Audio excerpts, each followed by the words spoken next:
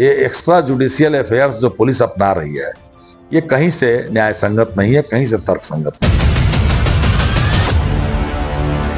Sir कुछ लोग ऐसे हैं कि जो इनका इस व्यक्ति का तुलना भगत सिंह जी से कर रहे हैं। समय की चुनौतियां दूसरी थी और आज की जो प्रशासनिक दृष्टिकोण से जो चुनौतियां हैं समाज में, वो दूसरी हैं।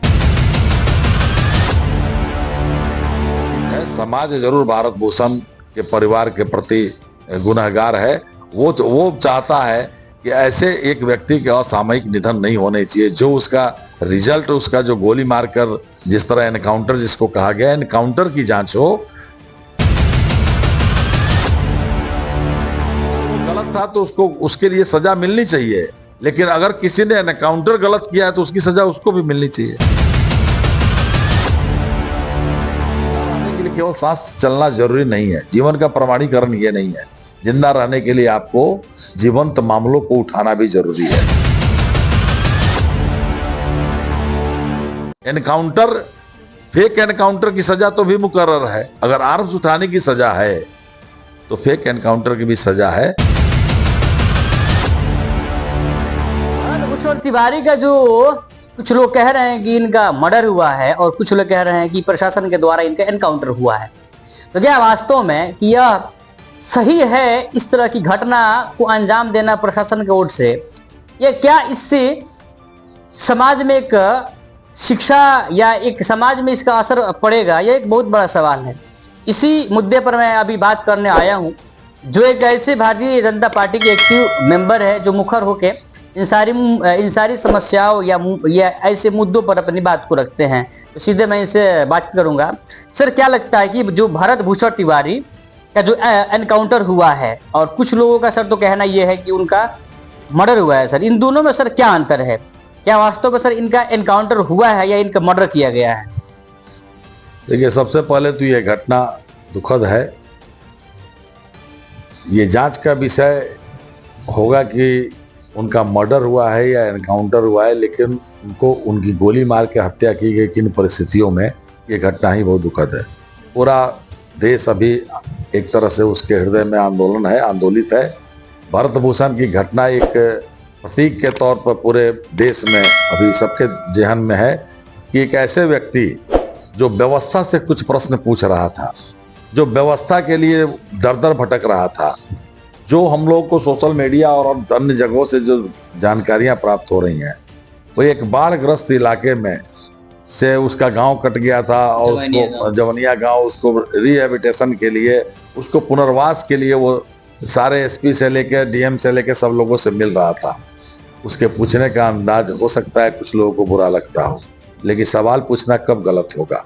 हमेशा से व्यवहार पर होती है। लेकिन अगर उसने अपराध किया, जैसा कि बताया जाता है कि उसने थक कर हथियार उठाने की बात की गई, ये हम समझते हैं कि हथियार उठाने की बात अगर है भी तो पहले तो वो लगातार लोगों से, प्रशासन से पुनर्वास की बात करता रहा, पानी की व्यवस्था, आवास की व्यवस्था, जो बुनियादी जरूरतें हैं उसके लिए वो आवाज उठाता रहा उन सारे गांव के लोगों के लिए, उन गरीब लोगों के लिए, जो सबके लिए था। उसका अपनी आवाज नहीं थी। जानकारी मिलती है कि जिस दिन उसको गोली मारा गया, उस दिन उसको एनकाउंटर करके उसको कि वो हथियार रखे हुए था और गोली मारने की बात आती है। मैं पूछना चाहता हूँ, ये प्रश्न विशेषकर व्यवस्था से मैं पूछना चाहता हूँ। जो व्यवस्था से भरत भूषण तिवारी पूछ रहा था, उसी व्यवस्था से मैं पूछना चाहता हूँ। मैं फिर आपको बता दूं कि व्यवस्था के 3 अंग होते हैं। एक शासन होता है, एक प्रशासन होता है, एक न्यायालय होता है। वो प्रशासन से अपनी सुविधाओं के लिए वो प्रयत्नशील था। हो सकता है कि उसके पूछने का अंदाज थोड़ा सा ऐसा लगा हो जो प्रशासनिक पदाधिकारियों को गलत लगा हो, लेकिन क्या गोली मार देना, जो कि लगता है कि उसकी गोली जो एनकाउंटर के तौर पे न होके वो भाग कहाँ रहा था। जो सूचना आ रही है उसने सरेंडर किया, उसने अपने गन को नीचे आपके साथ दे दिया, उसके बाद गोली मारना कहाँ तक जायज था, ये तो सबके समझ से बाहर है। और अगर लगता हो एनकाउंटर 2 ही सूरत में हो सकती है, या तो आपके ऊपर खतरा हो या वो व्यक्ति आपकी पकड़ से बाहर जा रहा हो। वैसी स्थिति में भी उसके वैसे अंग पर गोली चलाई जाती है जहां की उसकी जान नहीं जाए, उसको पकड़ा जा सके। बड़े से बड़े अपराधी को भी पकड़कर हमारा कानून कहता है कि उसको कानूनी प्रक्रिया में डालना चाहिए। ये एक्स्ट्रा जुडिशियल अफेयर्स जो पुलिस अपना रही है, ये कहीं से न्याय संगत नहीं है, कहीं से तर्क संगत नहीं। अच्छा सर, कुछ लोग ऐसे हैं कि जो इनका इस व्यक्ति का तुलना भगत सिंह जी से कर रहे हैं, और भगत सिंह क्या है और ये कैसी शख्सियत है, ये तो फिलहाल बताने की आवश्यकता नहीं है। लोग उनका नाम लेते हैं और वे चर्चित में हैं, और वे भारत के जो भी नौजवान हैं इनके दिल में बसे हैं भगत सिंह जी, जो अंग्रेजों से लोहा लिए। ये सर किससे लोहा लिए? जो भरत भूषण तिवारी है कि जिसकी वजह से लोग इनका तुलना भगत सिंह जी से कर रहे हैं। देखिए, भगत सिंह के समय की चुनौतियां दूसरी थी, और आज की जो प्रशासनिक दृष्टिकोण से जो चुनौतियां हैं समाज में, वो दूसरी हैं। मैं आज़ाद हिंदुस्तान में पैदा लिया हूँ, पला बड़ा हूँ, और एक राजनीतिक दल से मैं संबंध रखता हूँ। मैं पूरी प्रक्रिया में विश्वास रखने वाला हूँ। भगत सिंह ने सोए हुए अपने लोगों को जगाने के लिए उन्होंने असेंबली में बम फेंका था, या उनका मन आंदोलित हुआ था। उस समय के सारे बच्चे का मन में ये जज्बा था कि देश आज़ाद हो, अपना अपना शासन हो। इसलिए वो जगाने के लिए जो लोग सोए हुए थे, जो इस बात को समझ रहे थे, उनके लिए उन्होंने बम फेंक कर खुद की गिरफ्तारी दी थी। भगत सिंह के समय की जो चुनौती थी वो आज की चुनौती नहीं है। आज हम स्वतंत्र हैं, आज हमारी अपनी सरकार है। सरकार काम करते हुए प्रतीत हो रही है, लेकिन अगर सरकार के कामों में कहीं प्रशासनिक चूक होती है, प्रशासन के चंद लोग अगर उस चीज को नहीं डिलीवर कर पाते हैं, तो वहां अगर कोई व्यक्ति आवाज उठाता है तो उसका एक संवैधानिक अधिकार है आवाज उठाना। आवाज उठना चाहिए। आवाज नहीं उठाएंगे तो आप जिंदा रहने की श्रेणी में नहीं आते हैं। जिंदा रहने के लिए केवल सांस चलना जरूरी नहीं है, जीवन का प्रमाणीकरण ये नहीं है। जिंदा रहने के लिए आपको जीवंत मामलों को उठाना भी जरूरी है। और जैसा कि सामने प्रतीत होता है कि भरत भूषण ने अपने गांव की समस्याओं को उठाया था। मैं कहीं भी इसको गलत नहीं मान सकता हूं। संवेदनशील रवैया अपनाया जाता तो उसकी बातों को सुना जाता, और उसको इस स्टेज तक पहुंचने के पहले उसके डिमांड्स को कमोबेश पूरा करने का काम किया था। दूसरी तरफ मैं ये भी कहना चाहूंगा कि कोई भी तरीका डिमांड करने का प्रशासन से कानूनी होना चाहिए। गैर कानूनी जब होगा तो कानून अपना काम करेगी, लेकिन उसका कानून का काम एनकाउंटर नहीं है। अपराधी ये किसी तरह से पूर्व में अपराधी नहीं रहा है, और कुछ सामाजिक डिमांड को लेकर जो आम आदमी का डिमांड है, जो सरकार पूरा भी करना चाहती है, उस डिमांड को लेकर प्रशासन से अगर कुछ तल्खी से भी बात की है तो उसके साथ संवेदनशीलता से बात किया जाना चाहिए था। बहुत होता तो उसको अरेस्ट करके आप उस पर सरकार के काम में बाधा लाने के जो दफा होता है उसमें बहुत सारे लोगों को लगाया गिरफ्तार किया जाता है। हम सभी जीवन में आंदोलन करते रहे सरकार के खिलाफ, इन बुनियादी समस्याओं के लिए, सड़क के लिए, बिजली के लिए, पानी के लिए, लेकिन मांगने का तरीका भी सभ्य होना चाहिए। निश्चित रूप से बातों से अपनी बातों को रखने का काम, भगत सिंह ने भी बम लो डेंसिटी का डाला था, लोगों को जगाने का काम किया था, एक विरोध प्रकट किया था उस व्यवस्था के खिलाफ। तो हमें व्यवस्था के खिलाफ आवाज उठानी है, किसी व्यक्ति के खिलाफ नहीं। ये बात हमेशा आवाज उठाते समय ध्यान में रखी जानी चाहिए। बहरहाल मैं भारत भूषण की तथाकथित एनकाउंटर या हत्या पर मैं गहरी अपनी संवेदना प्रकट करता हूं, और मैं ये मानता हूं कि ये घटना की दूसरी बार पुनरावृत्ति की तो सूरत नहीं आए। उसके बावजूद ये घटना क्यों घटी और किन परिस्थितियों में घटी, या कुछ पदाधिकारियों के अपने ईगो के कारण घटी, इस बात का ध्यान रखा जाना चाहिए। और निश्चित रूप से जिन लोग अगर जानबूझकर इसको एनकाउंटर शो कर उनके खिलाफ सख्त FIR करके कानूनी कार्रवाई की जाए, ये हमारा डिमांड। लेकिन सर, जब एक समय था कि जब राजतंत्र था, उस समय विधि व्यवस्था को चेंज करने के लिए एक व्यक्ति खड़ा होता था और उसके पीछे पूरे लोग आते थे और वो राजा से लड़ता था, और जब उसको राज मिल जाता था, तब गद्दी, तब वो अपने अनुसार जो भी सिस्टम था या जो भी कार्य था या जो भी अच्छा कार्य था वो अपना कानून को इम्प्लीमेंट करके वो अपने राज्य को आगे बढ़ाता था। लेकिन सर अब तो प्रजातंत्र है, इसमें आप तो अकेले कुछ कर नहीं सकते हैं। अगर आपको इतना चाहिए हाँ कि मुझे सिस्टम को चेंज करना है, तब तो आपको चुनावी प्रक्रिया से सिस्टम में आना होगा। अगर आप पढ़े लिखे नहीं हैं जिसके आधार पर आप प्रशासन में जा सके। लेकिन सर इस समय तो भरत भूषण ने बंदूक उठाया, जबकि यह बंदूक उठाना सही तब माना जाता था जब राजतंत्र था। लेकिन सर अब क्या बंदूक उठाना सही है? तो क्या सर और भी लोग अपने हक के लिए इस तरह कार्य कर सकते हैं जो भी भरत भूषण कार्य किए हुए हैं? देखिए, बंदूक उठाना न राजतंत्र में सही था और ना ही आज प्रजातंत्र में। कभी भी सत्ता को चुनौती देना, ये बंदूक उठाकर कभी भी ये सही प्रक्रिया नहीं होती है। इसको कभी भी कोई व्यक्ति सही करार नहीं दे सकता है। मेरा मानना है कि बंदूक उठाया भारत भूषण, इस चीज को हम या कोई भी व्यक्ति इसको सही नहीं कर सकता है। लेकिन बंदूक उठाने वाले को गोली मार देना एकमात्र विकल्प बच जाए प्रशासन के पास, तो इतनी बड़ी फौज और व्यवस्था का क्या अर्थ होता है कि उसको किसी भी तरीके से एक कट्टा रखने वाले आदमी को इतनी पुलिस फोर्स ने जिंदा पकड़ नहीं सकी और गोली मार दी। संदेह तो पैदा होता है। मैं भरत भूषण के हथियार को उठाने को सही करार नहीं देता हूं, उसके आवाज उठाने का, जो समस्याओं के लिए आवाज उठा रहा है, उसको मैं सही कह रहा हूं। अच्छा सर, कुछ लोग वहां पर थे तो उनका तो कहना यह था कि सम्राट चौधरी जो माननीय मुख्यमंत्री जी हैं बिहार के, वे आकर माफी मांगे, क्योंकि जो गृह मंत्री हैं राज्य के वही हैं। टोटल जो भी सेना है, प्रशासन है, सब उन्हीं के हाथ में है। उन्हीं के आदेश पर एनकाउंटर हुआ है। और ये सीधे ऑन रिकॉर्ड प्रशांत किशोर जी का यह बात कहना है और नितिन गडकरी का यह कहना है कि उस व्यक्ति के पास अवैध रूप से बंदूक थी, तो वो कहाँ से सही व्यक्ति था, इसीलिए उस व्यक्ति का एनकाउंटर कर दिया गया। सर आप, ये दो सवाल है। देखिए, एनकाउंटर को किन परिस्थितियों में होता है, ये सारे चीज परिभाषित है। कानून हाथ में लेना एनकाउंटर ना, उसको पकड़ के जेल दिया जा सकता है, आर्म्स एक्ट में उस पर केस हो सकता है, उसको और सारे विकल्प खुले हुए थे। कोई व्यक्ति अगर इसलिए कि उसके पास हथियार, उसको गोली मार दी जाए, ऐसा तो कहीं नहीं हुआ। बहुत सारे पूर्व में दस्यु सरगनाओं को सरेंडर करके उनको पुनर्वास का मौका दिया गया। सामाजिक व्यवस्था में वो तो कोई अपने लिए वो एक तरह से व्यवस्था के अगेंस्ट में बंदूक नहीं उठाए थे। अपहरण उद्योग जब चल रहा था तो वो अपना पेट भरने के लिए अपहरण उद्योग कर रहे थे, कोई व्यवस्था को चेंज करने की बात नहीं हो रही थी। लेकिन समाज जरूर इस घटना के प्रति व्यथित है, समाज जरूर भारत भूषण के परिवार के प्रति गुनहगार है।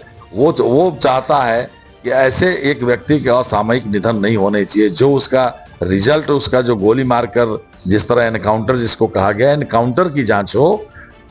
अगर वो गलत था तो उसको उसके लिए सजा मिलनी चाहिए, लेकिन अगर किसी ने एनकाउंटर गलत किया है तो उसकी सजा उसको भी मिलनी चाहिए। एनकाउंटर, फेक एनकाउंटर की सजा तो भी मुकर्रर है। अगर आर्म्स उठाने की सजा है तो फेक एनकाउंटर की भी सजा है। हमारा डिमांड यह है कि उसने आर्म्स उठाया, उसको गिरफ्तार करते। बहुत सारा असंख्य उदाहरण है कि जिन लोगों ने आर्म्स उठाया उनको अलगाववादियों को, आतंकवादियों को मुख्य धारा में जोड़ने का काम है। सरकार ने उनसे वार्ता की, उनको सरेंडर कराया गया।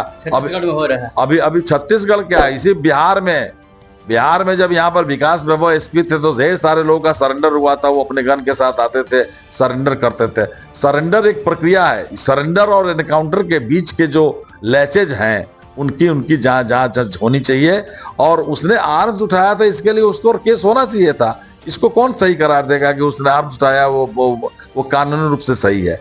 लेकिन उच्चाधिकारी और ऊपर से लेकर आज शासन से सिर्फ इतनी अपेक्षा है कि प्रशासन के किए गए एनकाउंटर की जांच करे और उस दोषी व्यक्तियों पर, अगर फेक एनकाउंटर है, उस पर कार्रवाई करे। शासन से यही अपेक्षा है। प्रशासन के ऊपर शासन का काम यही है, न्यायालय यही करे। आज मैं हृदय से स्वागत करना चाहूँगा कि आज की परिस्थिति में एक न्यायिक जांच आयोग का गठन हो चुका है। एक रिटायर्ड जज विनोद सिन्हा जी के अध्यक्षता में गठन हो गया है और जांच रिपोर्ट आएगी सामने और दोषियों को निश्चित रूप से केवल सस्पेंशन और केवल उनके लाइन हाजिर करने की प्रक्रिया से न करके, अगर वो दोषी हैं, अगर उन्होंने फेक एनकाउंटर किया है, इसके लिए हत्या का मामला दर्ज हो। अगर फेक एनकाउंटर है, जिस व्यक्ति को आपने आर्म्स उठाने के अपराध में गोली मारने का काम किया,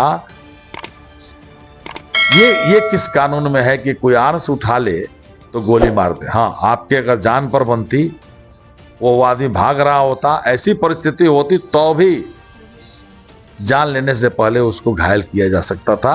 एनकाउंटर का मतलब यही होता है। वो पूर्व से ऐसा कुख्यात दुर्दांत अपराधी नहीं था जिससे इतना भय था। अच्छा सर, एक गोली यदि किसी व्यक्ति के पैर में लग जाए वह चल नहीं सकता है सर। सर जब एक उसके पैर में गोली लग गई सर, तब उसके बाद 3-3 गोली क्यों मारी गई? इसी के संदेह में तो कहा जा रहा है शायद कि उनका एनकाउंटर नहीं, मर्डर हुआ है। देखिए, जांच भी इसी दिशा में होगी। जब जांच आयोग गठित हो गया है, क्योंकि सब जुडिस मैटर है, हम तो एक आम आदमी की तरह, एक पॉलिटिकल वर्कर, एक सोशल वर्कर की तरह ये डिमांड जरूर करना चाहेंगे और भारत भूषण के परिवार के साथ खड़ा होना चाहेंगे कि उसकी जिन परिस्थितियों में मृत्यु हुई है उसका सही जांच हो। और किसी भी एंगल से ये देखने पर लगता नहीं है कि वो व्यक्ति पूर्व में अपराधी था। जरूर प्रशासन से पूछने का जो उसने काम किया था, उसके अंदाज थोड़े हॉट हेडेड थे। वो हो सकता है कि पूछने का अंदाज गलत था, इसके लिए उसको गोली मार देना कहीं से उचित नहीं। सर ये आपसे आखिरी सर ये सवाल है जिसका आप शायद उत्तर आप चूक गए सर। जो भी टीम गठन की गई थी इस क्या बोलते हैं भरत भूषण को पकड़ने के लिए और एनकाउंटर हुआ, तो जिसमें भरत भूषण को 4 गोली लगी और इसको प्रशासन ने स्वीकार किया है। और जो भी उस टीम में थे 5 लोग, उनको निलंबित कर दिया गया है। निलंबित करने के बावजूद भी वहाँ के लोगों का यह मांग है कि बिहार के मुख्यमंत्री जो माननीय जो सम्राट चौधरी जी है, ये आकर माफी मांगे। सर आखिर में इसका राजनीतिक कारण क्या हो सकता है या और सामाजिक कारण क्या हो सकता है? देखिए, इस घटना के लिए क्षोभ व्यक्त किया जा सकता है जब तक कि कोई दोष साबित नहीं होता है। तात्कालिक तौर पे जो टीम थी और प्रथम दृष्टया दिखने पर उनको सस्पेंड किया गया ताकि वो जांच से अलग हों, उसमें शामिल डीएसपी को लाइन हाजिर कर दिया गया है। एक न्यायिक जांच का गठन कर दिया गया है। मुख्यमंत्री सरकार का मुखिया होने के कारण, एक व्यक्ति होने के कारण ये दुख व्यक्त कर सकता है कि ये एक पूरी घटना की संवेदनशीलता से जांच होगी और परिवार के इस घड़ी में वो साथ हो सकता है। लेकिन जब तक जांच रिपोर्ट सामने, मुख्यमंत्री यहाँ पर कहाँ से दोषी हो सकता है? मुख्यमंत्री अगर कार्रवाई नहीं करता, सरकार कार्रवाई नहीं करती तो दोषी होता। यहाँ बचने का काम तो है नहीं। आयोग का गठन कल कैबिनेट में डिसीजन हो चुका है, तो सारी चीजें सरकार तो कर चुकी है। तो सरकार के तौर पर माफी मांगना ये तब होता जब सरकार काम नहीं करती। हाँ, एक व्यक्ति के तौर पर एक युवक का असामयिक निधन हुआ है, जिसको हम फेक एनकाउंटर कहें या हत्या कहें, ये जांच का विषय है। ये जब तक सामने नहीं आता है तब तक ये प्री मैच्योर्ड और परिपक्व बात होगी। किसी से बात करना, सरकार कहीं से अपने तौर से पीछे नहीं है। उसने सारी विषयों पर उन्होंने संज्ञान लिया है और हम इंतजार करते हैं। लेकिन कुल मिलाकर भरत भूषण के असामयिक निधन के लिए, या उनकी हत्या हुई हो या उनका एनकाउंटर हुआ हो, इस एनकाउंटर में भी बहुत सारे संदेह हैं। अगर हुआ है, ये टाला जा सकता था। संवेदनशील रवैया प्रशासन ने भी नहीं अपनाया है। ये बात तो खुल के सामने आ रही है आम लोगों के। हम व्यथित हैं और भारत भूषण के साथ हैं। चलिए सर, आपका सर बहुत बहुत सर आपका धन्यवाद, ये आप इस टॉपिक पर बात किए। अब इसके बाद अब देखते हैं कि क्या होता है। चूंकि हालांकि उनके मृत्यु के बाद, चूंकि मर्डर या एनकाउंटर तो अभी कुछ नहीं कहा जा सकता है, इसलिए कि यह जांच का विषय है, जांच अभी शुरू है। उनके मृत्यु के बाद कई ऐसे पॉलिटिकल नेता है या सोशल मीडिया पर जो लोग काम करते हैं, ये भी आकर अपनी संवेदनाएं दिखाए, हाँ कि भैया हम इनके साथ हैं। लेकिन क्या वास्तव में इस तरह की घटना एक आकस्मिक घटना आप मानते हैं या इसको प्री प्लानिंग मानते हैं? आखिर में आप इसको किस तरह देखते हैं? आप अपनी जरूर राय दें। चलिए फिर मिलते हैं एक नए खबर के साथ, तब तक के लिए जय हिंद, जय भारत।